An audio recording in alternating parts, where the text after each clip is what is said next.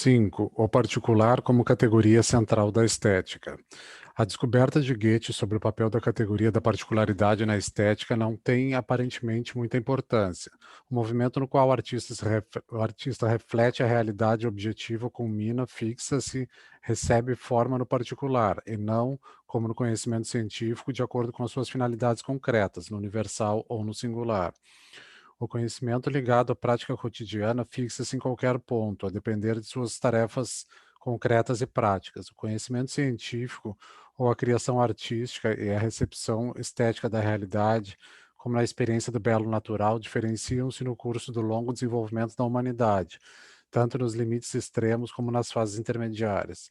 Sem este processo, jamais se teria concretizado a verdadeira especialização desses campos, a sua superioridade em face da praxis imediata da vida cotidiana, da qual ambos paulatinamente surgiram. Na determinação das características peculiares desses campos de atividade humana, seriam necessariamente obtidos resultados equívocos se não se estabelecesse firmemente que, em todos os três casos, é refletida a mesma realidade objetiva, que, portanto, é a mesma categoria, não só como conteúdo, mas também em suas formas, em suas categorias. Naturalmente, a longa especialização realizada com sucesso implica em que se aperfeiçoem órgãos receptivos que percebem coisas, formas, relações, etc., que não poderiam ser obtidas pela praxis imediata da vida cotidiana. Não pensamos aqui tão somente em toda a técnica dos instrumentos surgidos com o desenvolvimento da produção econômica, da técnica e das ciências naturais, mas também no superior desenvolvimento dos órgãos receptivos naturais provocado pelas exigências cada vez mais diversificadas do trabalho e pelas fecundas relações recíprocas entre os estimulantes resultados oferecidos pela ciência e pela arte, pelo trabalho e pela prática cotidiana. A diferenciação produzida pelo desenvolvimento histórico-social, portanto, não isola entre si as atitudes singulares. Pelo contrário, quanto maior for a especialização, tanto maiores podem ser, se a estrutura social não intervier como fator de distúrbio, como é o caso da divisão capitalista do trabalho, as suas fecundas relações recíprocas, os estímulos que exercem umas sobre as outras. A ruptura do materialismo com a filosofia idealista revela-se precisamente isto, em estabelecer firmemente a prioridade da realidade objetiva comum. O idealismo subjetivo, a partir da chamada prioridade desta ou daquela atitude em face da realidade, cria mundos especialíssimos, isolados um do outro. Esta criação aparece com particular evidência em Simmel. A concepção dialética no interior do materialismo, portanto, insiste, por um lado, nesta unidade conteudística e formal do mundo refletido, enquanto, por outro lado, sublinha o caráter não mecânico e não fotográfico do reflexo, isto é, a atividade que se impõe ao sujeito sob a forma de questões e problemas socialmente condicionados, colocados pelo desenvolvimento das forças produtivas e modificados pelas transformações das relações de produção, quando este constrói concretamente o mundo do reflexo. Então, somente neste quadro pode ser corretamente entendido o caráter peculiar do reflexo estético. No interior da comunidade de conteúdo e forma são também comuns, como vimos, as categorias de singularidade, particularidade e universalidade, e não apenas em sua homogeneidade, em sua sucessão em série, mas também, para dizê-lo em forma bastante geral, no fato de que essas categorias estão entre si, objetivamente, numa constante relação dialética, convertendo-se constantemente uma na outra. E no fato de que, objetivamente, o movimento ininterrupto no processo do reflexo da realidade conduz de um extremo ao outro. No interior deste último movimento é que consegue se expressar o caráter peculiar do reflexo estético. De fato, quando no conhecimento teórico este movimento de dupla direção vai realmente de um extremo ao outro, tendo o termo intermediário, a particularidade, uma função mediadora em ambos os casos, no reflexo estético, o termo intermediário torna-se literalmente o ponto do meio, o ponto de recolhimento para o qual os movimentos convergem. Neste caso, portanto, existe um movimento da particularidade à universalidade, e vice-versa, bem como da particularidade à singularidade, e ainda vice-versa. Em ambos os casos, o movimento para a particularidade é o conclusivo. Tal como o gnoseológico, o reflexo estético quer compreender, descobrir e reproduzir, com seus meios específicos, a totalidade da realidade em sua explicitada riqueza de conteúdos e formas, modificando decisivamente, do modo acima indicado, o processo subjetivo provoca as modificações qualitativas na imagem reflexa do mundo. A particularidade é fixada de tal modo que não mais pode ser superada. Sobre ela se funda o mundo formal das obras de arte. O processo pelo qual as categorias se resolvem e se transformam uma na outra sofre uma alteração. Tanto a singularidade quanto a universalidade aparecem sempre superadas na particularidade. Neste ponto, porém, deve-se sublinhar uma limitação no que diz respeito à unitariedade de todos os modos do reflexo. A tendência por nós esclarecida na análise do conhecimento, pela qual o processo amplia cada vez mais os limites da universalidade e da singularidade, opera também no reflexo estético. Seria impossível uma história das artes se, com as modificações da vida, não se ampliassem ulteriormente também na arte os limites do mundo conhecido e os instrumentos de sua cognoscibilidade. Mas enquanto no reflexo gnoseológico ocorre um desenvolvimento contínuo, que pode prosseguir sempre, a superação da universalidade e da singularidade na particularidade, em última instância, sem reciprocidade, ainda que no processo preparatório da criação esta reciprocidade seja evidentemente possível e necessária, fixa em cada oportunidade um grau do desenvolvimento da humanidade para a consciência humana. Um desenvolvimento superior, naturalmente, é em si possível e necessário, mas uma criação realmente artística, a particularidade de uma etapa do desenvolvimento otimamente elaborada e conformada, conserva sua validade artística, mesmo que todos os seus elementos estruturais, em seus aspectos formais e na técnica artística, já tenham há muito tempo sido superados no curso da evolução. O processo da aproximação tem aqui uma acentuação específica. A etapa superior não continua diretamente a precedente, como ocorre naturalmente na ciência, mas, em certo sentido, utilizando todas as experiências acumuladas nas obras, nos procedimentos criadores, recomeça sempre do início. A reação filosófica se vale desta peculiaridade do reflexo estético para mistificar a arte num sentido irracionalista. Nossas considerações demonstram que qualquer peculiaridade específica da produção e da existência da arte pode ser deduzida de um modo inteiramente racional, mas dialeticamente racional, do processo ao reflexo.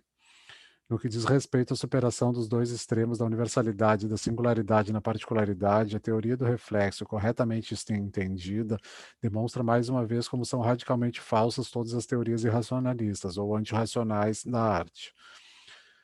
Essa superação jamais significa desaparecimento, mas trata-se sempre também de uma conservação.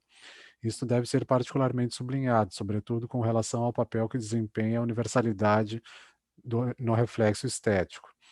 Toda obra de valor discute intensamente a totalidade dos grandes problemas de sua época. Tão somente nos períodos de decadência estas questões são evitadas, o que se manifesta nas obras, em parte como carência de real universalidade, em parte como enunciação nua de universalidades não superadas artisticamente, falsas e distorcidas como conteúdo. Não há dúvida, isto nos afasta do quadro de nossas atuais considerações, de que essa superação da universalidade na particularidade artística apresenta-se de acordo com o período, com o gênero ou com a individualidade do artista, sob variadíssimas formas. Ela pode assumir, liricamente, a forma patética e subjetiva da experiência vivida, ou pode ser objetivada e completamente absorvida nas figuras e nas situações de um drama, etc. A única coisa segura é que a fonte mais profunda dessa generalização artística, em última análise, é a generalização da própria vida, dos fenômenos concretos da vida. Naturalmente, em muitos artistas importantes desempenha um grande papel a ajuda que eles recebem da filosofia ou da ciência, mas tal ajuda só é verdadeiramente fecunda quando aparece não como teoria pronta e acabada, pronta para ser usada, mas como instrumento para compreender com maior profundidade, riqueza e amplitude os fenômenos da vida.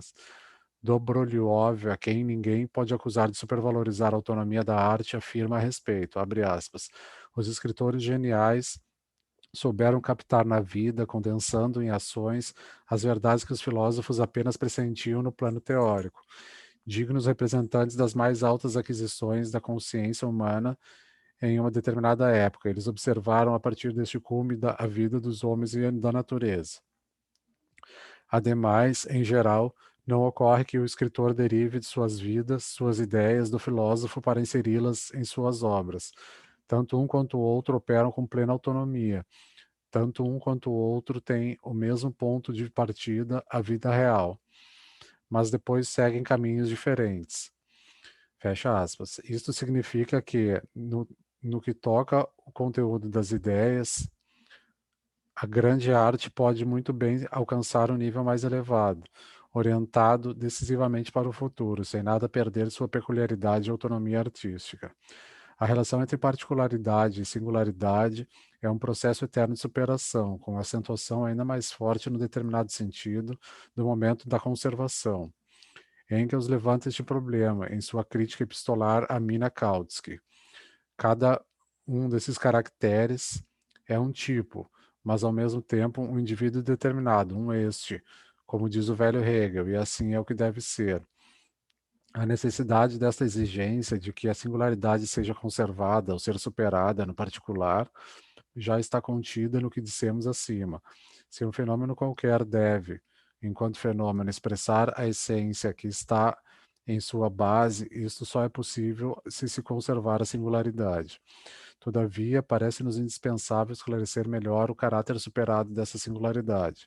De fato, é indubitável que tanto os traços constantemente mutáveis da singularidade quanto os permanentes se equivalem, por um lado, em sua imediaticidade, enquanto, por outro, comportam-se de maneira extraordinariamente diversa em face das mediações que lhes servem de base, através das quais toda singularidade se encontra em relação com a particularidade e com a universalidade.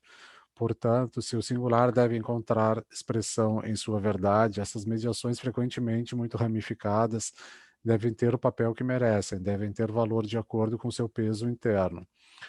Mas este deslocamento estrutural no interior da singularidade significa ao mesmo tempo a sua superação, a sua elevação ao particular, determinado, típico. Enquanto maior for o conhecimento que o artista tiver dos homens e do mundo, quanto mais numerosas forem as mediações que descobrir e, se necessário, acompanhar até a extrema universalidade, tanto mais acentuada será esta superação. Quanto maior for a sua força criadora, tanto mais sensivelmente retransformará as mediações descobertas numa nova imediaticidade, concentrando-as organicamente nela. Ele formará um particular partindo do singular. Também aqui o desenvolvimento da arte mostra como a justa dialética requerida nesses nexos se afirma historicamente sob formas bastante diversas. Já Aristóteles estabelece um desenvolvimento nos poemas iâmbicos à comédia, o que se manifesta no fato de que o objeto da sátira não mais são homens singulares, mas qualidades típicas. Este conceito da particularidade sob a terminologia aristotélica da denominação das individualidades do mito, da lenda, da história, etc., ocupa ainda um lugar importante na dramaturgia de Hamburgo. Naturalmente, do ponto de vista estético, a nomenclatura não tem nenhuma importância. A representação satírica de um determinado indivíduo, com todos os traços de sua singularidade, é perfeitamente possível, mas só quando ocorre a abolição de sua singularidade, no particular típico. A nomenclatura típica por si mesma, de modo algum decisivo, de modo algum garante uma real superação na particularidade. Também aqui é decisivo o movimento do conteúdo do singular, isto é, se as determinações que, através de recíprocas relações objetivas, ligam-no ao mundo, à sociedade, são retomadas na nova particularidade, são nela superadas, conservando este caráter de mediação. Mais uma vez, são as épocas de decadência aquelas nas quais esta mais rica determinação da individualidade se perde. Teoria e praxis da decadência sublinham sempre a singularidade, que se torna um fetiche enquanto unicidade, irrepetibilidade, indissolubilidade, etc. Na realidade, trata-se do fato de que os órgãos do reflexo da realidade permanecem privados, segundo a expressão de Gorky, que seu amálgama social e, por isso, acentuam excessivamente a singularidade puramente imediata, a razão pela qual estes artistas perderam capacidade de superá-la e de atingir a verdadeira concreticidade. Guy de Maupassant relata de um modo muito interessante como foi educado por Flaubert para o trabalho de escritor. Entre outras coisas, dizia-lhe o mestre, abre aspas, trata-se de observar o que se quer expressar durante muito tempo e com bastante atenção, a fim de descobrir um aspecto que não tenha sido nem visto nem formulado por ninguém. Para descrever uma chama e uma árvore numa planície, permanecemos em face desta chama e desta árvore até que elas não nos pareçam mais com nenhuma outra árvore, nenhuma outra chama. É preciso mostrar com uma só palavra em que cavalo de uma carruagem que em que um cavalo de uma carruagem não se assemelha aos outros 50 que o seguem e o precedem. Fecha aspas. Estas considerações são interessantes de um duplo ponto de vista. Em primeiro lugar, demonstram que, mesmo em escritores importantes e especulativos, a teoria frequentemente se mantém muito atrasada em relação à prática. Se Flaubert tivesse escrito realmente assim, se Maupassant só tivesse aprendido isso com ele, teriam sido dois naturalistas há muito esquecidos. Mas tais considerações são interessantes, em segundo lugar, porque demonstram a que beco sem saída é conduzida a estética quando a singularidade é excessivamente acentuada. É claro que Flaubert exige a originalidade do escritor, precisamente colocar sob a lente, isoladamente, a singularidade imediata. Suas ligações, a ação recíproca com o mundo circundante, natureza e sociedade, desaparecem a fim de se encontrar o que é especificamente distintivo na singularidade isolada. Por um lado, isto é um trabalho de Sísifo, pois uma vez atingido o escopo pretendido, seria destruído qualquer interesse artístico. Uma árvore ou um cavalo de carruagem, bem como um homem, adquire interesse tão somente em sua ação recíproca com o ambiente. Mas, por outro lado, na literatura, o trabalho artístico se supera por si mesmo. Hegel tem toda a razão em dizer que a mais simples palavra já contém em si uma generalização com relação ao objeto singular. Na pior das hipóteses, ela o subordina a uma representação, estabelece relações, etc. O enérgico impulso de Flaubert na direção da singularidade demonstra, portanto, contraditando suas intenções, que a arte não pode certamente desprezar a singularidade, que ela deve lutar sem tréguas para afirmar tal singularidade, mas que só pode realmente considerá-la algo artístico que lhe é próprio quando ela é superada no particular. No que diz respeito à própria particularidade, devemos recordar o que dissemos anteriormente, que os dois extremos, universalidade e singularidade, são pontos cada vez mais impulsionados para o exterior, mas que num dado momento são, apesar de tudo, pontos, ao passo que o particular, como termo médio, é antes um traço intermediário, uma extensão, um campo, tal fato sofre uma transformação radical no reflexo estético, onde o termo médio se fixa como ponto central dos movimentos. Com isso, porém, parece surgir uma dificuldade insolúvel para a teoria do reflexo estético, a de determinar com exatidão a posição deste ponto central. Essa tarefa parece a priori impossível, se pensamos na estrutura do reflexo teórico, já que toda escolha, considerada do ponto de vista do reflexo estético em geral, revela-se necessariamente arbitrária. Não é concebível um critério universalmente válido que permita uma decisão. Essa dificuldade devia ser energicamente sublinhada, a fim de que se manifestasse claramente a separação entre reflexo teórico e reflexo estético. Na realidade, não existe um critério teórico. O artístico abarca, considerado abstratamente, toda a extensão do particular. O ponto central pode ser fixado onde se queira, no interior desta extensão. Poderá parecer que, deste modo, a dificuldade seja apenas elidida, ou mesmo impelida para o plano do irracional e do arbitrário, mas de nenhum modo resolvida satisfatoriamente. E, na realidade, no âmbito de nossas presentes considerações, que não pretendem ser mais do que uma análise, em certa medida, gnoseológico do reflexo estético, é impossível encontrar um critério concreto. Com isto, não pretendemos apelar nem para uma racionalidade nem para um arbítrio. A necessidade dessa determinação puramente abstrata, unida no concreto a uma completa abstenção do juízo, por enquanto, demonstrará em seguida toda a sua razão de ser e toda a sua fecundidade para a estética. Já nos referimos ao fato de que somente através da doutrina dialética do reflexo pode ser fundamentada a objetividade do reflexo estético da realidade, sem que se institua uma relação de subordinação em face do reflexo teórico e, portanto, sem que se faça da arte um saber imperfeito. um estágio preparatório do conhecimento. A aparente dificuldade agora surgida, a dificuldade de dever supor um ponto central particular para o movimento do reflexo da realidade, sem poder determinar tal ponto, é a motivação gnoseológica para a multiplicidade do mundo exteriormente representável, para a pluralidade das artes, dos gêneros, dos estilos, etc. Mas, em estética, a teoria do conhecimento deve se resignar a negar a própria competência para encontrar aqui um critério concreto para cada ocorrência. Por outro lado, com isso, ela estabelece que, sendo geralmente colocada a relatividade do particular em relação tanto com o universal quanto com o singular, essa relatividade em si pode se revelar em todo ponto. Isto é, o campo da particularidade colocado acima ou abaixo do ponto central escolhido pode incontestavelmente se converter, visto daquele ponto, respectivamente do universal ou no singular, ou, melhor dizendo, constituir a passagem para a universalidade ou para a singularidade. Seria mais que superficial querer descobrir aqui possibilidades puramente formais de combinação, se bem que, por necessidade, tratemos aqui da questão abstratamente, isto é, no quadro da teoria do conhecimento deve estar claro que o seu real conteúdo é a posição da obra de arte em face da realidade, o modo, a amplitude, a profundidade com que uma obra de arte mostra uma realidade sui generis. Precisamente aqueles que consideram as obras de arte não formalisticamente, mas do ponto de vista da vida, devem compreender que exatamente aqui, na escolha do ponto central no campo de particularidade, decidem-se as mais importantes questões, tanto do conteúdo ideal quanto da forma real.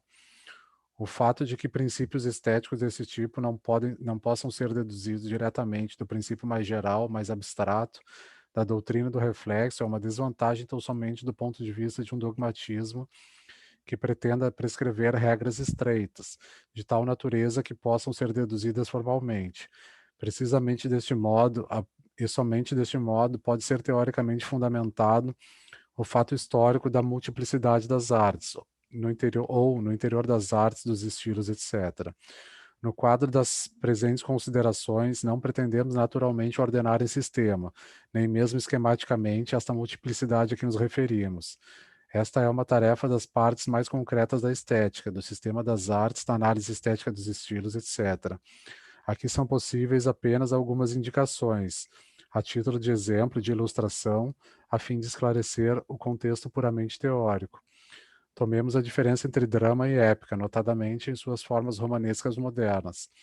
É imediatamente evidente que o drama concebe muito mais universalmente, com relação à épica, suas figuras e suas situações, que os traços da singularidade aparecem nele em muito menor número, muito menos detalhadamente. Todo detalhe individual tem no drama um acento simbólico sintomático, que só pode e só deve ocorrer na época em medida muito menor. E é igualmente evidente que não se trata aqui de nenhum modo de defeitos de um desses gêneros. Naturalmente, foram mais uma vez os dogmáticos os que defenderam esse tipo de concepção. Mas, observando bem, vê-se que nestes números, vê-se que nestes casos formulavam-se pretensões naturalistas em face do drama ou pretensões formalistas em face da narrativa, que não ocorria um exame ou aprofundamento estético da essência da dramática ou da épica, mas sim tendências ao enrijecimento ou à dissolução de suas formas específicas. Em suma, isso significa que o drama tende geralmente a estabelecer mais perto da universalidade o ponto central da cristalização no particular, enquanto este ponto parece, na época, ser impulsionado em direção à singularidade. Tal diferença pode igualmente ser estabelecida entre a novela clássica e romance, na medida em que a primeira costuma concentrar sua imagem da realidade, à semelhança do drama, no sentido da maior universalização. A diferenciação aqui indicada, naturalmente, é ainda extremamente abstrata. Ela indica, quando muito, uma direção tendencial do movimento no critério da particularidade, sem, porém, poder já oferecer um critério para identificar a posição do ponto central. E, na realidade, se compararmos o drama de Shakespeare com o de Racine, a tragédia grega com o moderno drama burguês, encontraremos, igualmente, no interior da diferença geral nas direções do movimento estabelecida pela teoria dos gêneros, tendências divergentes. Racine impele muito mais do que Shakespeare o seu ponto de centralização para o universal, enquanto o drama burguês moderno o impulsiona energicamente para sua singularidade. Mas, mesmo com essa constatação, ainda que limitados a uma generalização do que está longe da concreticidade real das obras de arte, de fato, também as agora indicadas são apenas tendências social historicamente condicionadas. O mesmo escritor, no mesmo gênero, pode fixar diversamente em suas obras singulares o ponto central, agora não somente no âmbito de tendências históricas gerais, mas também no âmbito do seu modo individual de tratar um gênero. Basta comparar de Goethe a Efigênia com a filha natural, para não citar contrastes estridentes como Goethes von Berlichingen. Portanto, temos à nossa frente uma série. Leis universais da estética em geral, leis concretamente particulares do gênero, diferenciação histórica no desenvolvimento dos gêneros, configuração individual das obras de arte singulares. Apenas no último degrau pode ser concretamente determinado o ponto central, mas com isso não se estabelece nenhum relativismo individualista. De fato, a série que colocamos de modo algum completa o que só enuncia as etapas principalíssimas. É realmente uma série, indicando as determinações que agem com cada vez maior precisão e concreticidade, determinações que só podem encontrar seu termo real na obra de arte individual, se é que a estética não deve degenerar em um pseudo-sistema de prescrições abstratas e de regras mecânicas. Mas é uma série real também no sentido de que nela agem as mesmas dominantes, não para se realizar em contraste com as mais abstratas que precedem, mas para se realizarem realmente ou se concretizarem na obra de arte individual. Surge aqui um velho e difícil problema da estética, a contradição aparentemente insolúvel pela qual toda real obra de arte é algo único, incomparável, individual, ao mesmo tempo só se pode tornar uma autêntica obra de arte se realizar a sua lei interna, que é um momento da lei estética universal.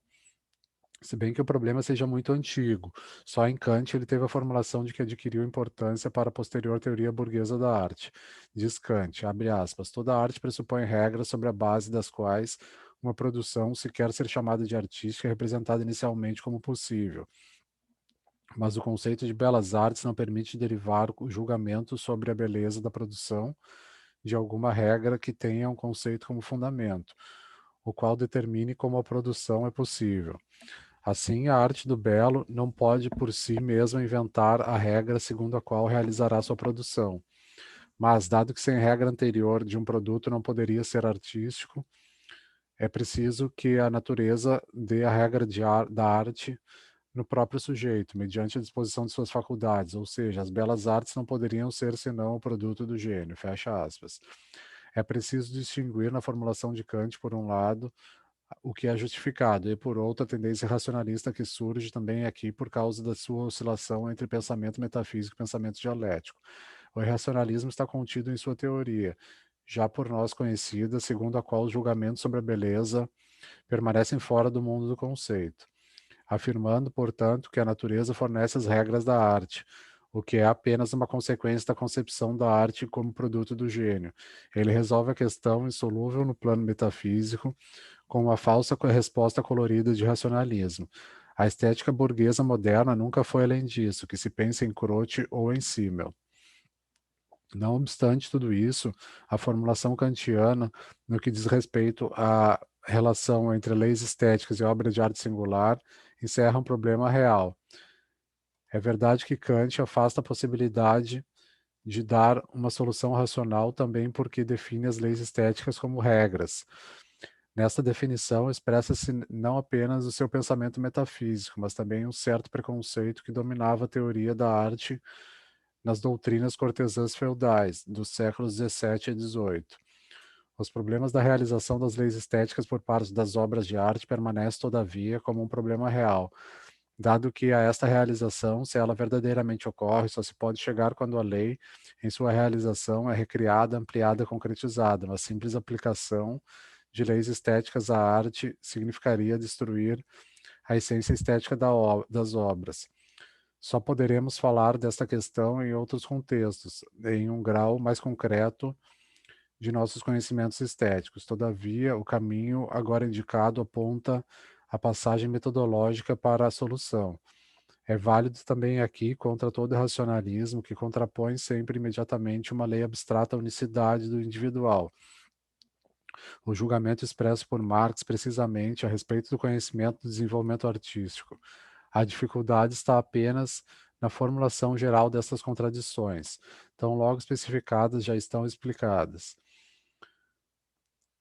A expressão especificar tem aqui muita importância, precisamente enquanto oposta à universalidade, generalidade. Ela indica que a concretização a que nos referimos não pode ir do abstrato universal, regra, ao puro e, consequentemente, indeterminável singular, gênio, e que, pelo contrário, devemos nos colocar como objetivo a constante concretização da particularidade, obtida com o máximo possível de mediações concretas. O materialismo histérico proporciona uma, um método, inclusive, para a consideração teórico-estética, cuja base, com a aplicação do seu método, esses problemas podem e devem ser tratados. Porquanto possam à primeira vista parecer complicados, esses problemas têm em sua base uma abstração simplificadora, que deve ser igualmente concretizada se quisermos entender corretamente a importância da particularidade como categoria central, como categoria de setor, por assim dizer, da estética. Para entender a diferença decisiva entre reflexo científico e reflexo estético, tivemos de sublinhar que o particular, que figurava no primeiro como campo de mediações, deve tornar-se no segundo ponto central organizador. Esta contraposição esclarece efetivamente a diferença fundamental, mesmo em sua primeira formulação meramente abstrata. Para a estética, porém, ela é uma abstração provisória, uma ponte para a verdadeira compreensão e, portanto, uma abstração preparatória para entender corretamente a particularidade como ponto central organizador. Melhor dizendo, não se trata tanto de um ponto central em sentido estrito, mas antes do ponto central de um campo de movimento. Isto não modifica a substância do que dissemos anteriormente, dado que, como então, continua firmemente estabelecido que a configuração de uma obra individual depende da posição escolhida para este ponto central com relação à universalidade e singularidade. A modificação concretizadora agora introduzida consiste apenas nisso, que é a escolha deste centro, que determina a peculiaridade artística, implica, ao mesmo tempo, em um movimento em torno desse centro na esfera do particular. Esta afirmação expressa, ademais, um fato estético universalmente notório e reconhecido, isto é, o fato de que o estilo, o tom, a atmosfera de uma obra artística podem permanecer perfeitamente unitários mesmo se, no quadro desta unidade, dominarem grandes altos e baixos. Mesmo se determinados momentos da obra se aproximarem mais do que outros da universalidade ou da singularidade, mas sempre na condição de que esses movimentos ocorram no interior da mesma esfera da particularidade e que todos mantenham entre si estreita relação ideal e formal.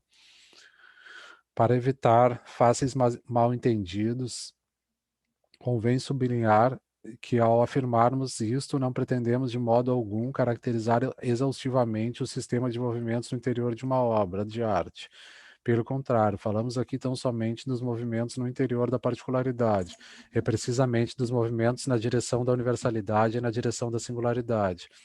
O importantíssimo movimento das paixões em uma obra poética, por exemplo, seus altos e baixos frequentemente tumultuosos permanecem fora das nossas presentes considerações, do mesmo modo como permanece fora a tensão do movimento estreitamente ligado às paixões em Michelangelo. Tais movimentos podem, sem dúvida, ocorrer no mesmo nível de particularidade, mas não por certo necessariamente. Não é preciso ir muito longe para encontrar na praxis artística a confirmação dessas considerações abstratas, mas seríamos superficiais se determinássemos a maior ou menor extensão do campo de movimento ao qual nos referimos, dizendo simplesmente que uma maior proximidade do ponto central à universalidade traria como consequência um campo menor, e que uma menor proximidade, uma inclinação para a singularidade, trará como consequência um campo maior. Por certo, existem também tais casos, que se recorde apenas o contraste já assinalado entre Racine e Shakespeare.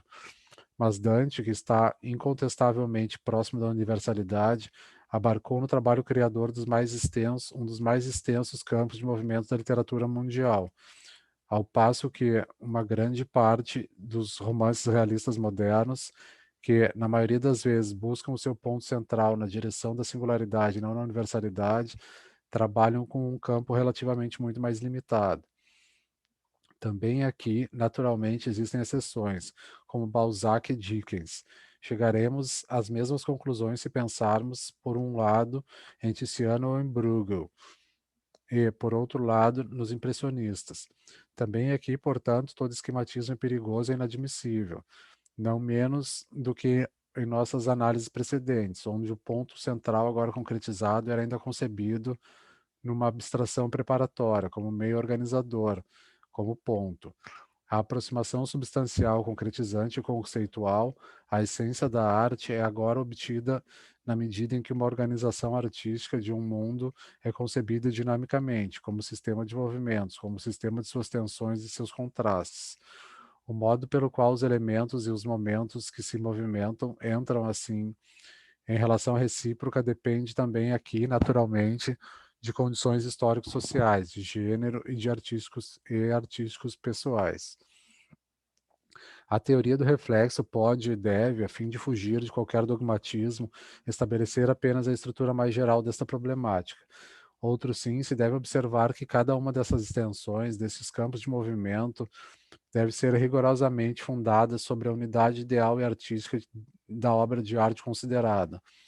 Em uma verdadeira obra de arte, um movimento para cima ou para baixo, por mais forte que seja, nada tem em comum com uma retórica abertamente voltada ao universal ou com uma queda no naturalismo. Se Dickens, por exemplo, em alguns dos seus romances caracteriza a alta sociedade através de generalizações satíricas e a baixa sociedade penetrando afetuosamente em pequenos detalhes da vida cotidiana, se em algumas grandes composições de Tiziano encontram-se singularidades que, consideradas isoladamente, apareceriam como detalhes de gênero, etc., trata-se nesses casos de amplitude, motivada pela visão das coisas do mundo representado, cujas diferenças e contrastes são colocados em estreita relação recíproca, ideal e artística, reforçando-se mutuamente através desses efeitos contrastantes, os quais, portanto, ampliam o conteúdo da unidade da obra, mas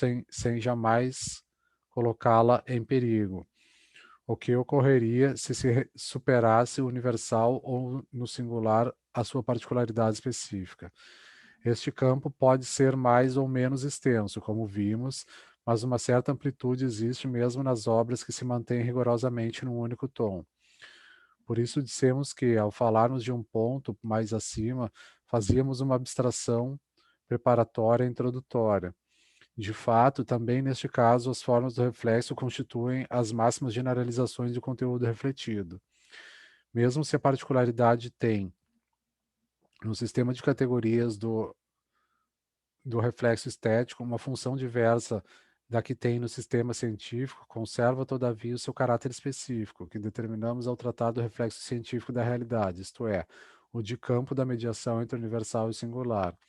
Sua importância e sua função sofreram uma modificação, de acordo com a peculiaridade do reflexo estético, mas sua posição essencial, sua estrutura continuam as mesmas. Também aqui se manifesta, por um novo ângulo, o fato fundamental da teoria do reflexo, isto é, que a reprodução científica e estética da realidade é a reprodução da mesma realidade objetiva, e que, por conseguinte, não obstante todas as necessárias modificações, as estruturas fundamentais devem, de algum modo, se corresponder entre si. Neste conjunto de problemas, penetra também a certeza de que, por um lado, a realidade objetiva, independentemente da consciência, contém em si objetivamente todas as três categorias, singularidade, particularidade e universalidade, e que, portanto, seu reflexo abandona o terreno da imediata singularidade. Isto não significa abandonar a objetividade, não se trata de uma economia do pensamento, nem de uma criatividade soberana, do eu cognoscente ou artístico, mas que, por outro lado, as categorias da universalização e, portanto, também a particularidade não possuem nenhuma forma autônoma na realidade mesma que elas são antes imanentes desta realidade como determinações que necessariamente reaparecem, e que, portanto, isolá-las ou erigi-las em formas dotadas de uma existência que se pretenda fundada em si mesma é uma falsificação idealista da essência e da estrutura da realidade objetiva. Aristóteles já vira isto com clareza em sua polêmica contra a doutrina platônica das ideias. Poder-se-á, então, perguntar, com nossa concepção, que atribui importância central à particularidade do sistema das categorias estéticas, não se corre o perigo de cair em uma subespécie do idealismo platônico? Acreditamos que ocorre precisamente o contrário, mas se esclarecermos brevemente este possível mal-entendido, poderemos iluminar melhor o caráter específico do reflexo estético. Inicialmente, a forma autônoma na qual se manifesta a particularidade na arte não é uma ideia que se pretenda ser ao mesmo tempo ideia e realidade objetiva em sua máxima pureza, como na doutrina platônica das ideias, no realismo conceitual ou no espírito universal hegeliano. A forma autônoma da particularidade, a obra de arte é, ao contrário, em primeiro lugar, algo criado pelo homem, que jamais pretende ser uma realidade no mesmo sentido em que é real a realidade objetiva. Em segundo lugar, ela se põe em face de nós mesmos como uma realidade, ou seja, as nossas ideias, os nossos desejos, etc. Nada podem modificar em sua existência e no seu modo de ser, deve aceitá-la tal como é, podemos apenas aprová-la ou rejeitá-la subjetivamente. Em terceiro lugar, porém, a realidade da obra de arte é uma realidade sensível. A superação da singularidade imediata no reflexo estético, no reflexo artístico, é ao mesmo tempo, ao contrário do reflexo científico, sempre uma conservação. É precisamente no sentido mais literal. A particularidade não recebe uma forma autônoma como oposição à singularidade, mas, precisamente como universal na realidade objetiva, ela estará, ela está manifestamente presente em todas as formas fenomênicas da singularidade imediata, jamais podendo ser destacadas dessas formas. Disto ocorre, em quarto lugar, que só se pode elevar uma singularidade ao nível do particular, acentuando-se a sua sensibilidade imediata. Somente assim ocorre na obra a evidente imanência do particular em cada singularidade, bem como na sua totalidade, no seu sistema. Somente assim a obra pode, em seu conjunto, incorporar e oferecer à experiência precisamente a particularidade de um mundo representado. A forma autônoma da obra, portanto, é um reflexo de nexos e de formas fenomênicas essenciais da própria realidade. Precisamos, por isso e apenas por isso, a obra, precisamente por isto e apenas por isso, a obra pode se apresentar a nós como forma autônoma, porque, deste ponto de vista, ela reflete fielmente a estrutura da realidade objetiva. Estamos aqui nos antípodas da doutrina platônica das ideias. O próprio Platão, refutando os produtos da arte, era muito mais coerente do que os filósofos posteriores, como Plotino e Schelling, que pretendiam deduzir do mundo das ideias o conteúdo de verdade e o sistema formal da obra de arte. A verdade da forma artística se expressa com o máximo relevo precisamente nessa sua tendência antiplatônica. Se coube ao materialismo dialético fixar no terreno da estética a mais universal qualidade estrutural no que toca à teoria do reflexo, cabe aprofundar com os meios do materialismo histórico a determinação social da arte. Neste terreno, este mesmo método, ainda que em processo de constante concretização, determina sobretudo a necessidade dos gêneros, cujas formas exprimem, fixando as relações bastante universais e que, por isso, reaparecem constantemente em seus tratos principais, dos homens com a sociedade e, através dessa, imediatamente com a natureza. Tais formas, no curso da história, sofrem grandes modificações, cujas causas e manifestações estéticas o materialismo histórico deve determinar. Se a questão é colocada desta forma, torna-se claro que a pesquisa individual sobre as formas de arte singulares é tão somente a continuação concreta do mesmo método, que a pesquisa geral dos gêneros e da evolução, de modo algum, está em contradição com a análise das obras singulares, como ocorre frequentemente na estética burguesa. Naturalmente, quando se determina o ponto central assumido na obra de arte singular, ou melhor, o campo dos movimentos em relação recíproca que surge em torno deste ponto central no interior da esfera da particularidade, a análise estética está muito longe de ter terminado. Ao contrário, só então ela tem início. Neste local, naturalmente, não podemos enunciar as tarefas e os princípios atinentes a este problema. Podemos tão somente indicar muito brevemente que a tarefa da estética e da crítica consiste em pesquisar concretamente, em cada caso concreto, se o ponto central do particular escolhido pelo artista corresponde ao conteúdo das ideias, à matéria, ao tema, etc., da obra, se, buscando lhes dar expressão adequada, não se fixou o ponto muito alto ou muito baixo. A esta questão de conteúdo está estreitissimamente ligada à questão da forma, a atitude observada em face das leis do gênero utilizado. A este respeito, mesmo numa enumeração muito rápida das principais tarefas, não se deve esquecer de sublinhar que não se trata simplesmente de aplicar leis eternas a obras de arte singulares, como na estética dogmática, mas sim de indagar, por exemplo, se na obra considerada estas leis foram legitimamente ampliadas, etc. E, finalmente, na obra de arte singular, considerada como obra de arte, deve-se ainda pesquisar como a escolha do ponto central, no amplo sentido acima indicado, determina e influencia a vitalidade estética da composição, das figuras, dos detalhes, etc., como a coerência da execução, e se ocorrer um aparente desvio desta coerência, favorece ou impede a unidade e a vivacidade estéticas. Tudo isto afastou-nos um pouco do nosso verdadeiro problema, que em si dizia respeito apenas à investigação dialético-materialista dos traços específicos do reflexo estético, mas devíamos, pelo menos, sumariar os problemas que surgem neste local, a fim de que se visse que o ponto aparentemente abandonado à indeterminação e o campo que o circunda na esfera da particularidade não são lacunas na teoria materialista dialética do reflexo, mas que, pelo contrário, trata-se precisamente do ponto de partida para uma análise concreta, não dogmática, das ramificações da prática artística em seu desenvolvimento histórico, até a realização ou o fracasso da obra singular.